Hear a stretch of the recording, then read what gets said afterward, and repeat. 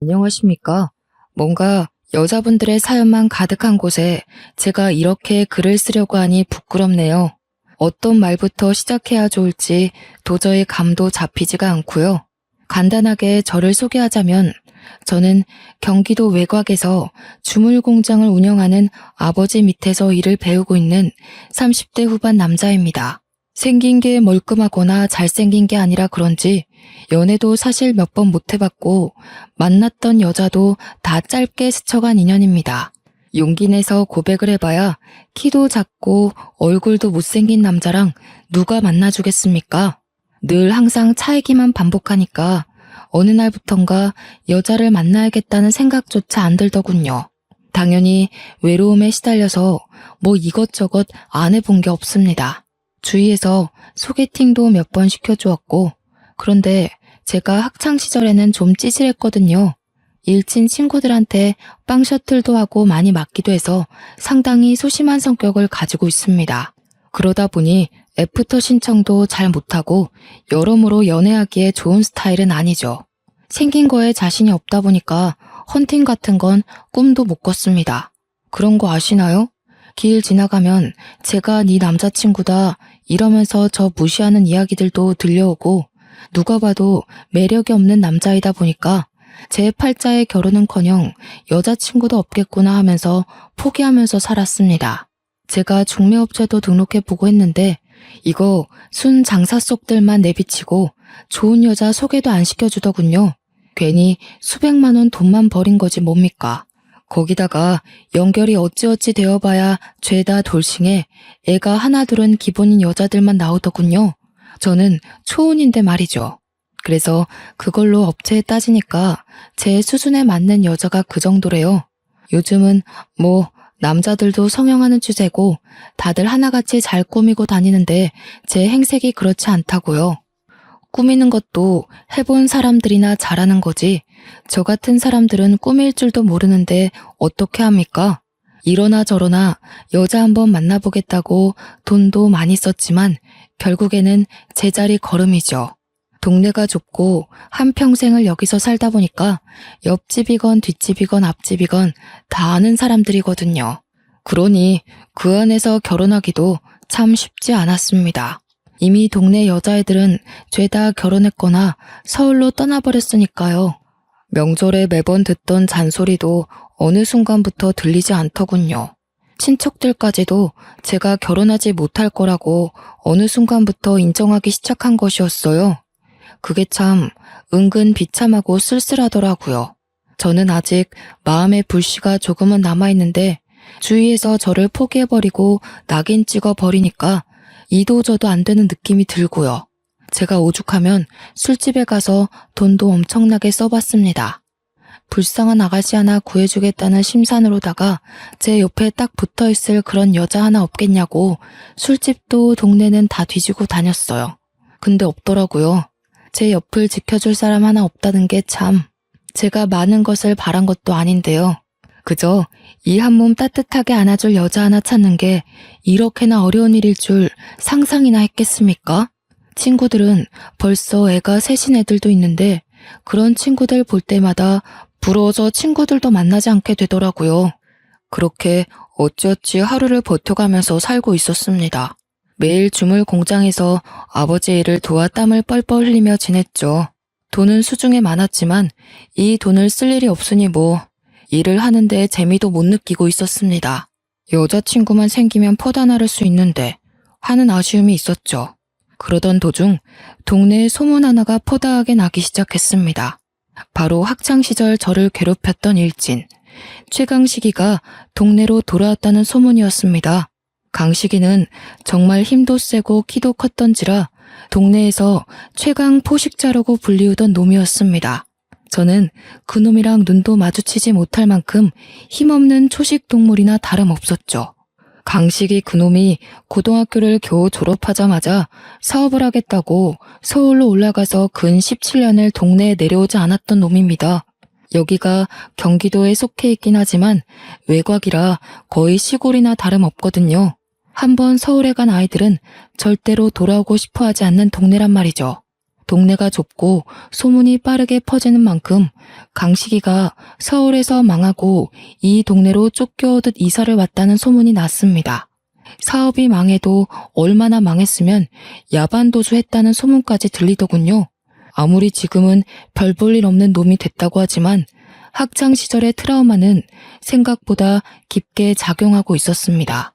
저는 그놈에게 뜯긴 돈도 많고 얻어맞기도 많이 해서 그런지 마주칠까봐 무서워서 동네에 돌아다니기를 피하고 있었습니다.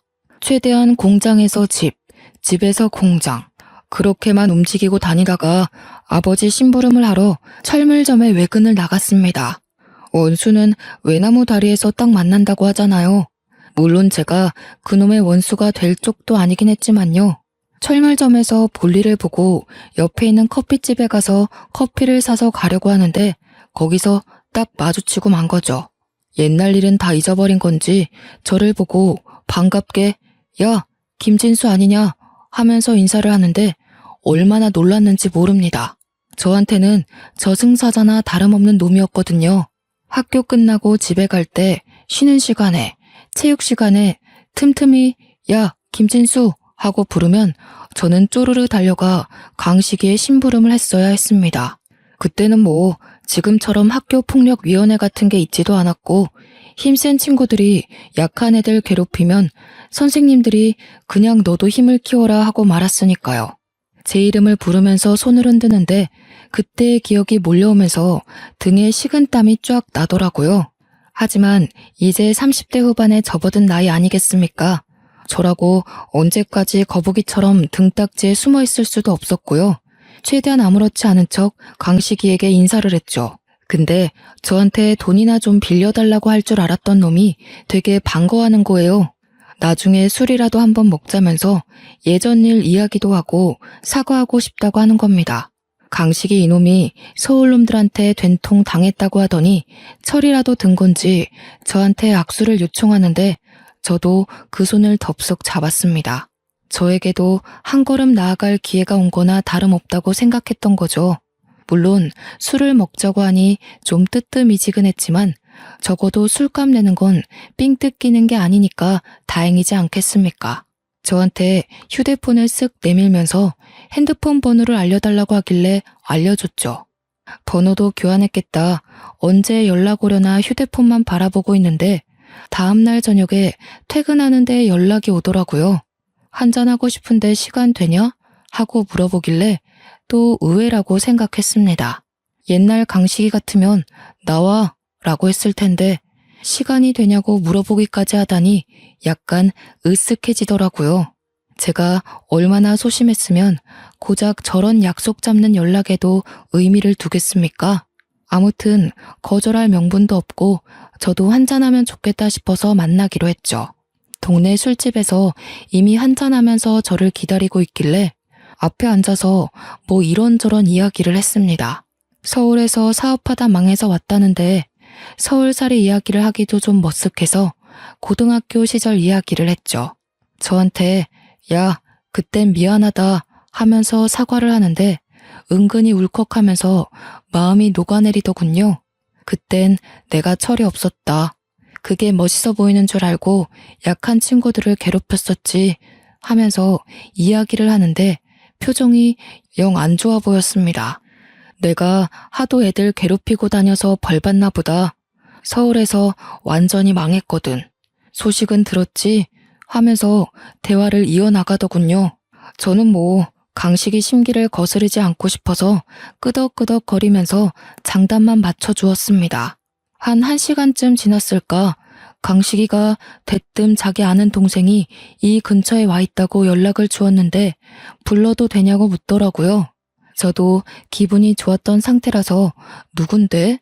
하고 물어보니 서울에서 사업할 때 자기 밑에서 일했던 동생이라고 하더군요. 별 생각 없이 그냥 알겠다, 오라고 해라 했는데 한 30분 지나서 가게로 들어오는 사람이 남자인 줄 알았더니 여자인 겁니다. 근데 상당히 예쁘고 어려 보이는 여자였어요.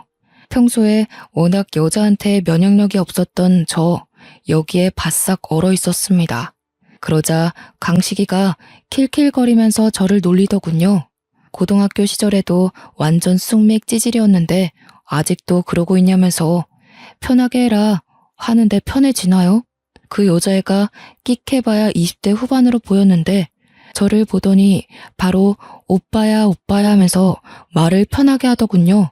그러면서 저한테 오빠 너무 귀엽다 하는데 강식이가 굳어있는 저를 보면서 뭐해 너 귀엽다잖아 번호라도 주고 받아라 하는 게 아니겠습니까? 제가 결혼정보업체에서 만난 여자들이나 주위에서 소개팅 시켜주었던 여자들과 비교했을 때 이렇게 어리고 이쁜 여자는 본 적이 없었거든요.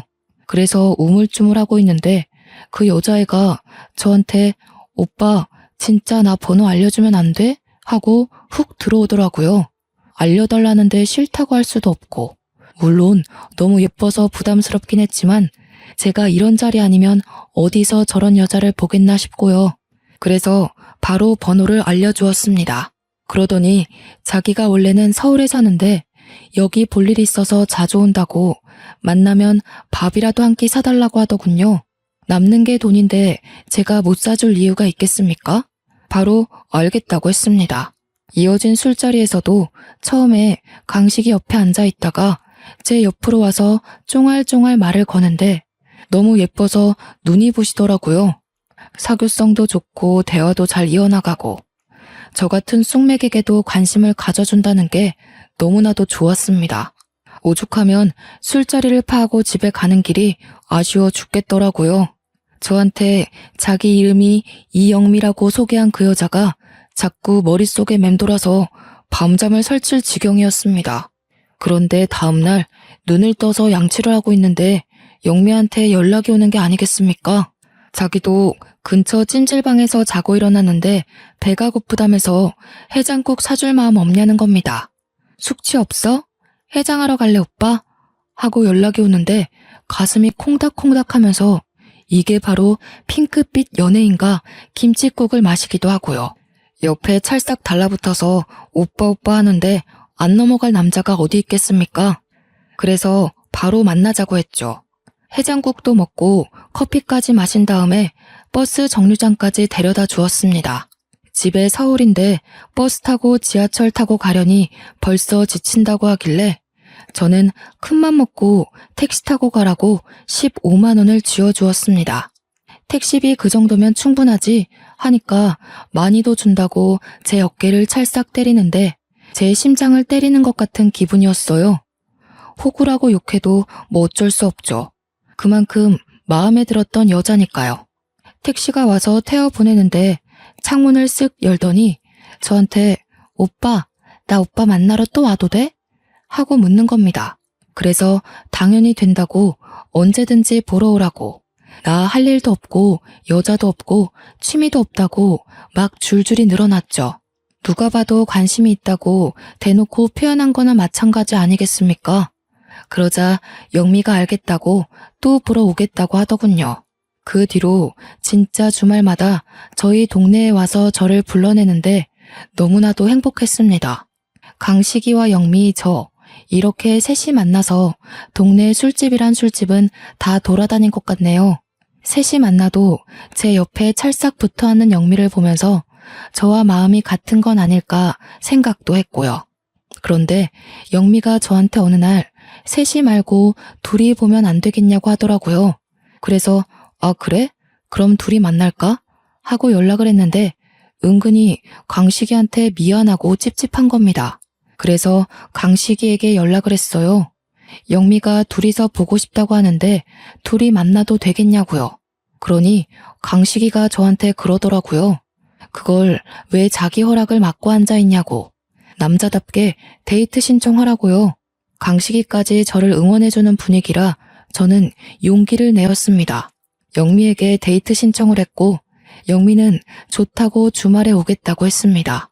제가 차가 있거든요. 그래서 영미를 데리러 가기도 하고 서울 집까지 데려다 주기도 했습니다.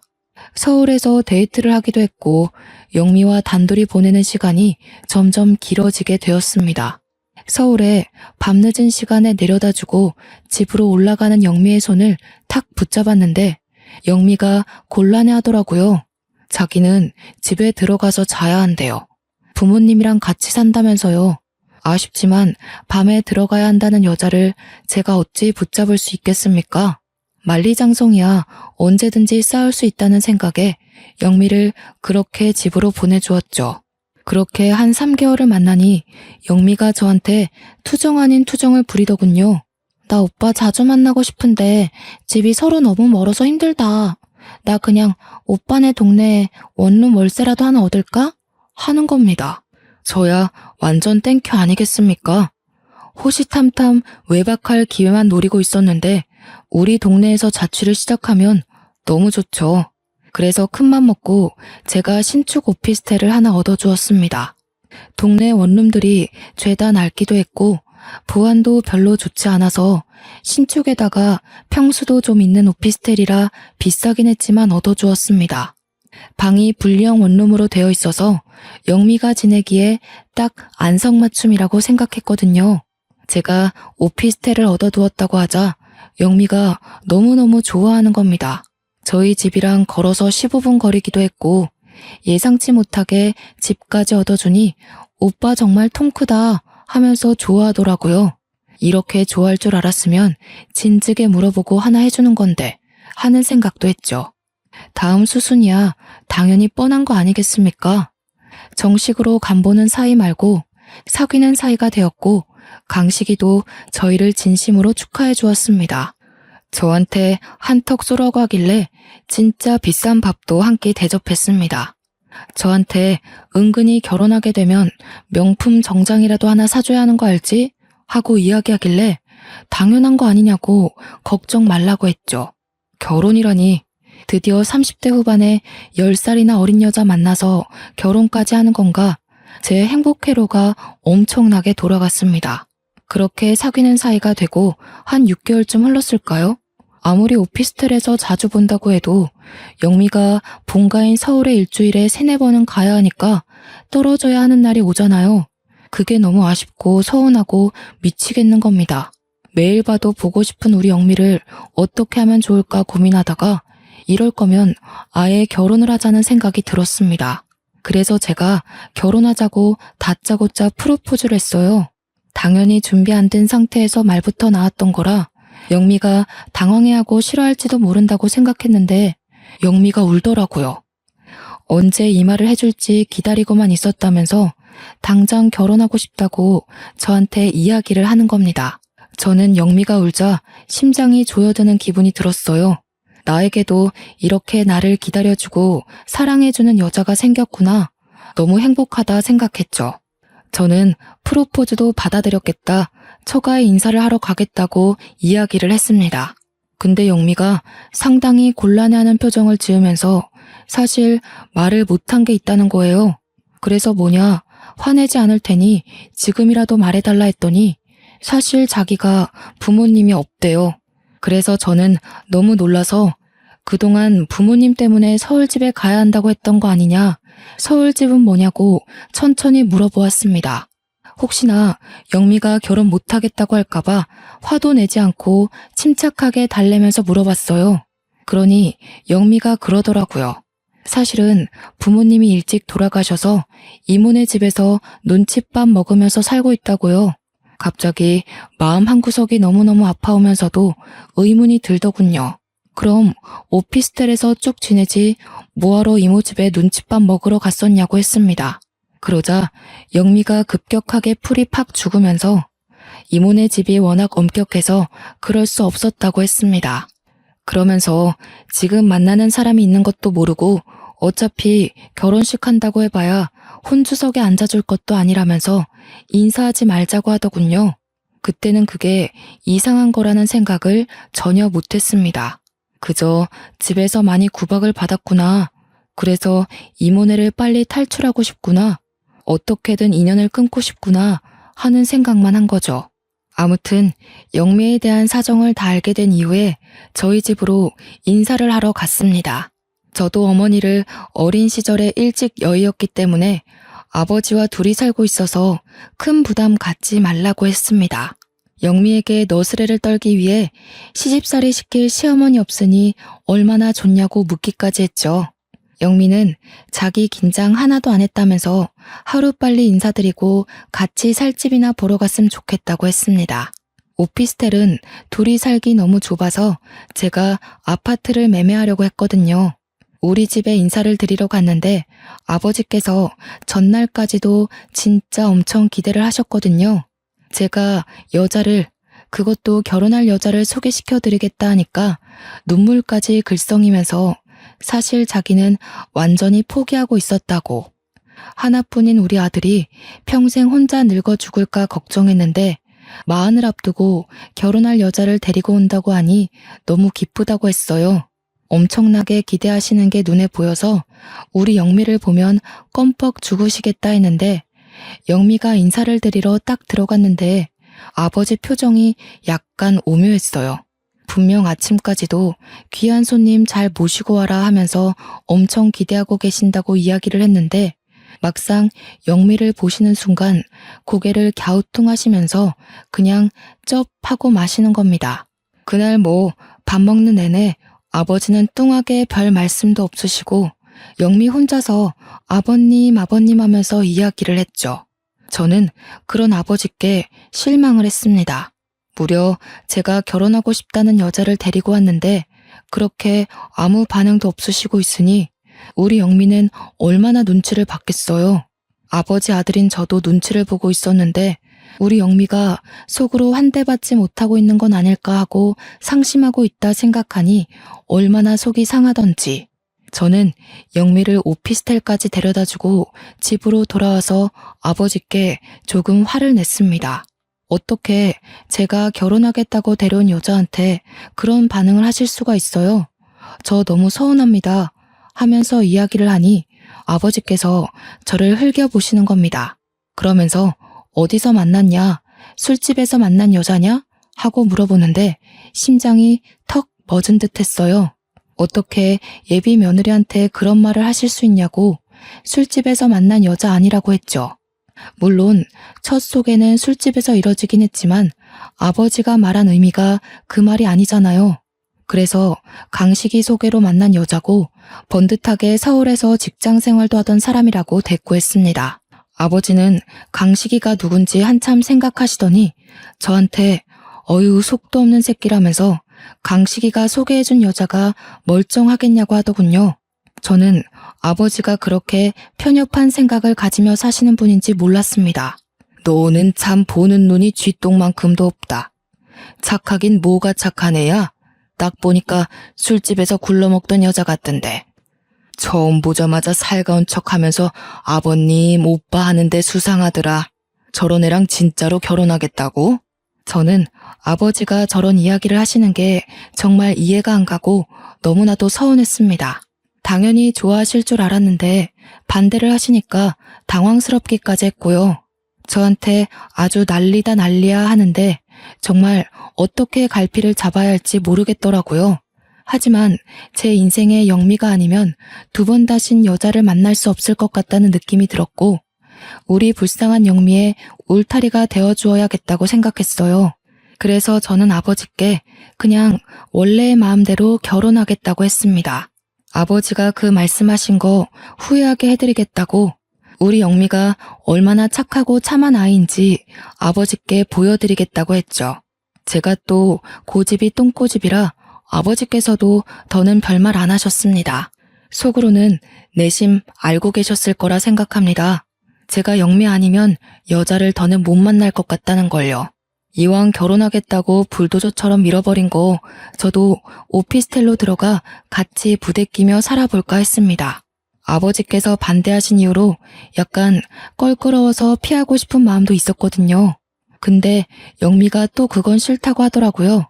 아직까지는 방구도 트고 싶지 않고 화장실 가는 소리도 들려주고 싶지 않다고요. 벌써부터 신비로움이 떨어지면 일찍 정 떨어지는 거 아니냐고 죽어도 싫다고 하길래 서운했지만 알겠다고 했습니다. 저한테 끝까지 예쁜 모습만 보여주고 싶다고 하는데 싫어할 남자가 어디 있겠나요? 영미와 저는 분주하게 보냈습니다. 틈틈이 연락 오는 강식에게도 결혼을 준비하고 있는 과정도 다 말해주고요. 식장도 잡고 옆 동네에 유명하다는 스튜디오에서 결혼식 사진까지 다 찍었고요. 메이크업 준비까지 완벽하게 했죠. 그런데 오피스텔 단기 계약이 끝나가는 시점이 오고 말았습니다. 계약 자체를 1년으로 단기로 잡기도 했고 제가 영미와 만난 지 벌써 1년이 다 되어가는 시점이라니 감회가 새롭더군요. 계약을 연장할 거냐고 묻는데 결혼식이 코앞이고 집을 어차피 구하려고 마음먹었으니 비우겠다고 했습니다. 저는 큰맘 먹고 아파트 전세 계약을 했습니다. 원래는 매매를 하려고 했지만 예상치 못하게 아버지께서 은근 반대를 하고 나서시는 바람에 돈이 모자라서 전세를 얻게 되었죠. 이 근방에 워낙 매매가가 저렴하긴 했지만 그래도 대출을 받아서 허덕이고 싶은 마음은 없어서 그동안 모아두었던 적금을 깨부셨습니다. 그러고 나니 전세 가격 정도는 너끈히 해결할 수 있는 돈이 생기더라고요. 영미에게도 계약한 집을 보여주니 눈물을 흘리더군요. 이렇게 큰 아파트에서 살게 될 줄 꿈에도 몰랐다고 하면서 평생 소원이 아파트에 사는 것이었대요. 우리 영미 꿈이 참 소박하기도 하지 고작 아파트에서 사는 게 꿈이라뇨. 우리 신혼집을 한바탕 자랑하고 난 다음 영미의 짐을 그쪽으로 옮기라고 전해주었습니다. 당연히 너무 좋다고 난리난 와중에 저한테 집 명의는 누구 명의로 했냐고 슬쩍 물어보더군요. 그래서 전세라서 누구 명의든 상관없지 않냐고 단문하니 고개를 끄덕이더군요. 약간 서운해하는 눈치라 제가 웃으면서 2년 뒤에 매매할 때는 공동 명의로 해주겠다고 하니까 활짝 웃었습니다. 저는 그런 영미의 얼굴을 보고 전세 계약을 하러 돌아다닌 시간이 아깝지 않다고 생각했죠. 이제 부부가 되고 2년을 더 살다 보면 매매 계약할 때 공동명의 못 해줄 이유가 있겠습니까? 더 좋아져서 아예 우리 영미 이름으로 집을 사주고 싶어질지도 모르는 거죠. 영미는 저한테 2년 뒤에 집을 살 수 있는 거냐고 물었고 저는 전세 계약이 끝나면 돈이 어느 정도 모아질 거고 그럼 가능할 거라고 했습니다. 이모네 집에서 눈칫밥을 먹으며 살았던 기억이 있어서 그런 건지 자기 집에 대한 욕심을 좀 부리더군요. 저한테 찝찝거리는데 너무 마음이 아팠습니다. 그 뒤로 영미와 저는 오피스텔에서 작은 짐부터 하나둘 옮기기 시작했습니다. 영미가 혼자서도 충분히 할 수 있다고 했지만 곱디고 온 우리 신부 손을 힘들게 해서야 되겠습니까? 제가 열심히 영미와 함께 짐을 날랐고 큰 짐만 남겨두고 있었던 상황이었습니다. 큰 짐은 제가 천천히 옮겨주겠다고 했더니 영미가 자기가 옮겨도 된다고 하더라고요. 작은 용달차 하나 불러서 옮기면 된다고 하길래 일단 알겠다고 했죠. 제가 아버지 주물 공장에서 일을 하고 있지 않겠습니까? 주물 공장에서 주물틀을 만들면 그걸 전국 각지로 보내는데 그때 저희가 용달차를 이용합니다. 저희 집 물건을 배송해다 주시는 형님이 한 분 계셔요. 그 형님이 최근에 마누라가 무슨 투자를 잘못하는 바람에 빚이 조금 생겼다는 이야기를 들었었거든요. 아버지께서 워낙 자기 사람을 아끼시고 돈 쓰는 걸 아까워하지 않아서 급한 빚을 대충 갚아주셨다는 이야기도 들었죠. 그래도 여전히 갚아야 할 것들이 남아있어서 요즘 생활이 힘들다는 이야기를 건너 들었습니다. 저는 그 형님에게 바로 전화를 했어요. 우리 애비 마누라 짐 옮기는 거 용달차로 도와주시면 일당 두둑하게 챙겨드리겠습니다 하니까 좋다고 하시더라고요. 요즘 근데 아버지 덕에 일이 많이 늘어서 너무 바쁘다고 혹시 빈 시간이 내일 밤밖에 없는데 괜찮겠냐고 했어요. 때마침 다음날 저녁에 우리 영미가 이모 집으로 가는 날이라 저는 괜찮다고 했습니다. 영미가 요즘은 횟수가 많이 줄어들긴 했지만 그래도 이모 집에 2, 3주에 한 번씩은 가고 있었거든요. 영미 혼자 고생하는 것 같아서 정말 마음 아팠습니다. 눈칫밥 먹는 이모 집에 혼자 가서 뭘 하고 있을지 제가 인사를 드리러 가겠다고 해도 말리는 걸 보면 정말 보통 분들은 아니신 것 같은데 말이죠.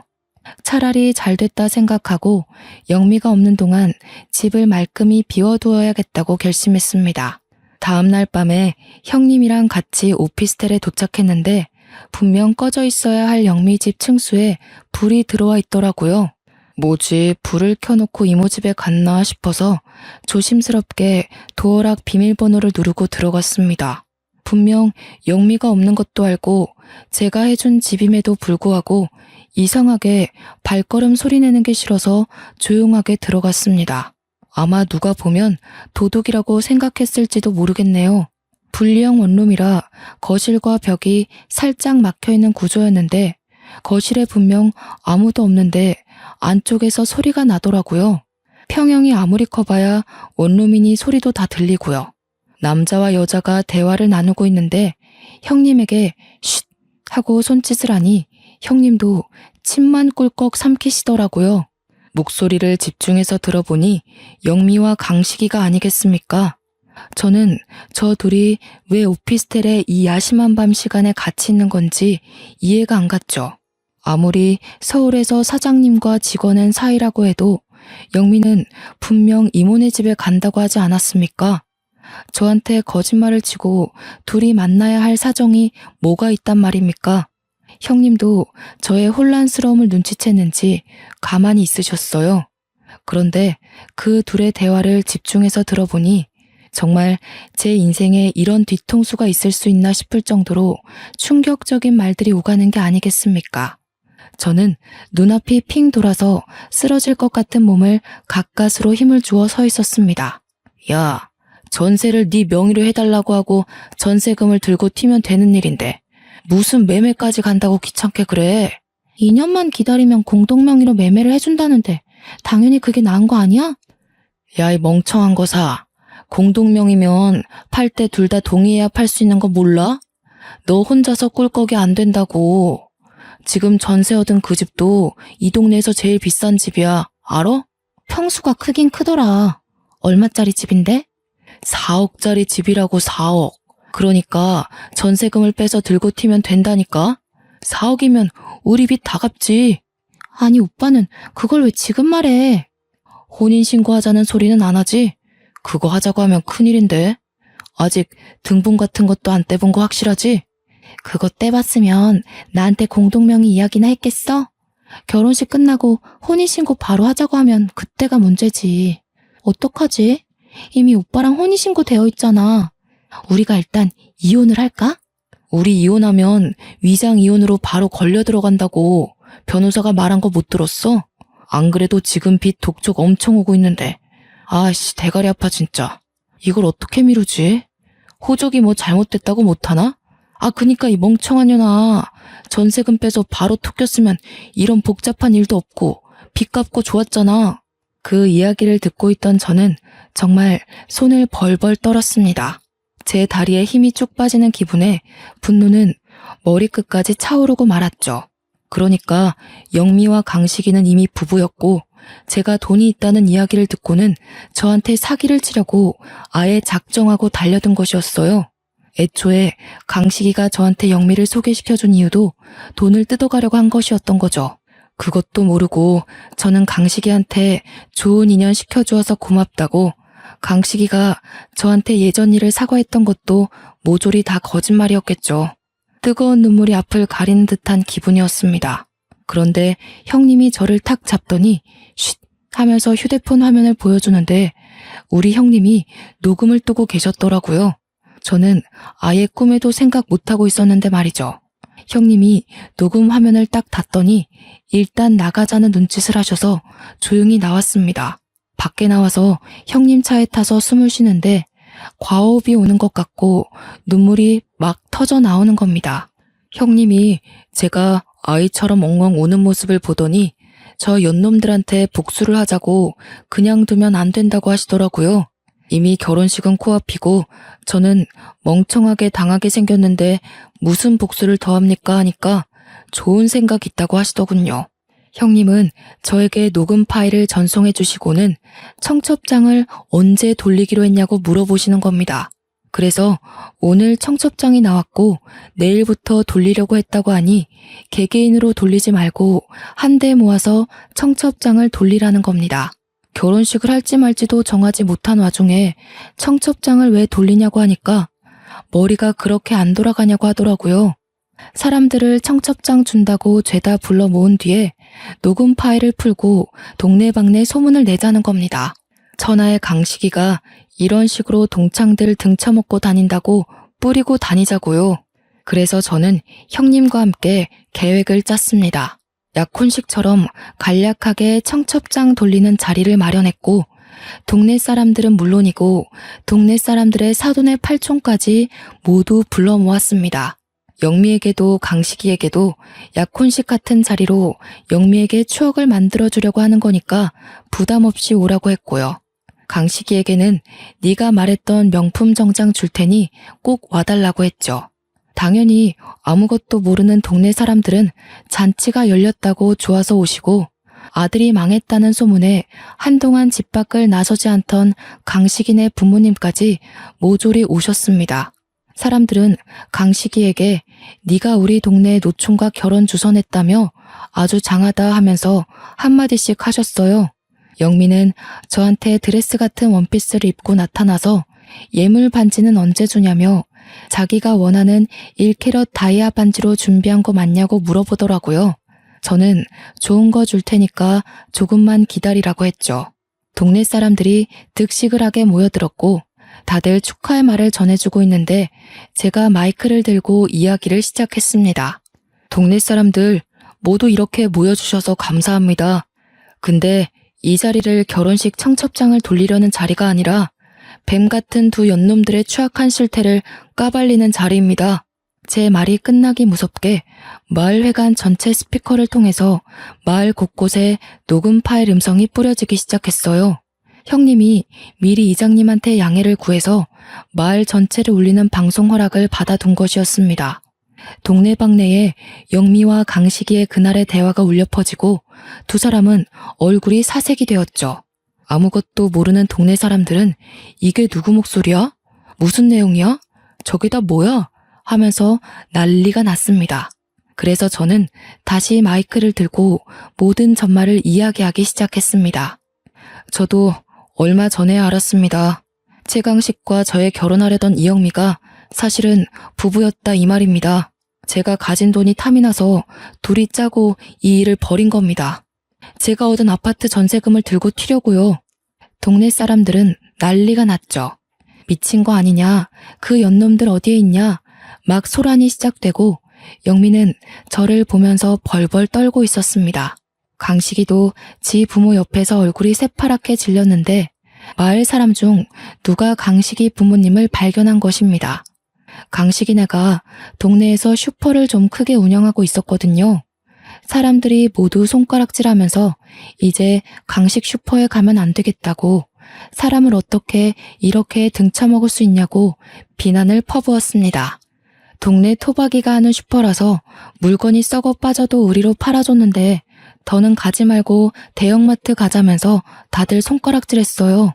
그러니 강식이 부모님도 사색이 돼서 강식이 등을 퍽퍽 치며 이게 다 진짜냐고 싸우고 계시고 최강식, 이영미, 너네 둘 다 내가 혼인빙자 사기로 고소할 거야. 알겠어? 그제서야 영미가 저한테 잘못했다고 돈에 눈이 멀어서 그랬는데 평생 속죄하며 살겠다고 울고불고 무릎 꿇고 빌더라고요. 저는 그대로 봐줄 마음이 전혀 없었습니다. 동네 사람들 다 온 자리에 경찰 하나 없었을까요? 저희 아버지와 제일 중마고이신 분이 바로 경찰이셨거든요. 제가 사기로 고소한다고 하니 경찰서로 가자면서 동네 사람들이 정말 돌을 던지려는 와중에 강식이와 영미를 데리고 경찰차에 태우셨습니다. 경찰서에 도착해서 조사를 하는데 글쎄 이 두 연놈이 서울에서 빚진 게 한두 건이 아니더라고요. 그 와중에 사기 전과도 있고 진행 중인 소송도 있었고요. 소송에 걸려서 경찰서 와서 수사를 받아야 하는 와중에 이 시골 마을로 잠수를 탄 것이었고 결국 지명수배까지 내려진 상태였습니다. 그래서 경찰서에서 조사를 받던 와중 바로 구속이 되어버렸습니다. 저도 당연히 혼인빙자 사기를 바로 걸어버렸으니 빼도 박도 못하는 신세가 되어버렸죠. 영미의 서울 이모 집도 당연히 거짓말이었습니다. 거기가 알고 보니 이 두 연놈들이 몰래 얻었던 아지트였던 것입니다. 서울에서 근근히 사기치고 다니면서 숨어 지내던 아지트요. 이 동네에서 둘이 같이 있다가 저한테 걸리기라도 하면 안 되는데 서울 그 집에서 미래를 즐기고 있었던 것입니다. 그래서 저도 못 오게 한 거고 인사도 못 가게 한 거였죠. 이모는커녕 가족이라고는 남편인 최강식밖에 없는 여자였던 것이었죠. 저는 당연히 소송 진행했고 꼬박 10개월이 흐른 뒤에 승소를 했습니다. 그리고 바로 민사소송도 걸어버렸죠. 정신적인 위자료 청구까지 완벽하게 해버렸습니다. 최강식이는 죄질 나쁘다는 이유로 거기다가 잠수를 타고 숨어버린 괘씸죄까지 더해져 법정 구속을 당했습니다. 지금은 감방에서 죄수들과 행복하게 지내고 있을지 더러운 꼴 당하고 있을지 모르겠네요. 영미는 유치장 신세까지는 피했지만 빚을 다 떠안았다고 하더군요. 저한테 울고불고 찾아와서 뻔뻔하게 한 번만 도와달라고 했지만 저는 그런 영미의 뺨을 내리쳤습니다. 결국 어디 식당에서 하루 종일 설거지하면서 빚쟁이들한테 시달리고 있다는 소식이 들리더군요. 날이 추워지니 옆구리도 쌀쌀하지만 저는 평생 여자는 쳐다도 안 보고 살기로 했습니다. 제가 결국 아버지께 진심으로 사과드리자 아버지도 저를 다시 토닥여 주셨고요. 이번 일을 기회 삼아 오히려 더 당당해지자고 마음먹었습니다. 지금은 주물회사 경영권을 물려받아 누구보다 일을 열심히 하고 있습니다. 그냥 혼자 살 운명임을 받아들이고 열심히 살도록 하겠습니다. 제 이야기 어떠셨나요? 제가 너무 흥분해서 이야기를 한 건 아닌가 싶네요. 재미있게 들어주셨다면 추천 한번 눌러주세요. 감사합니다.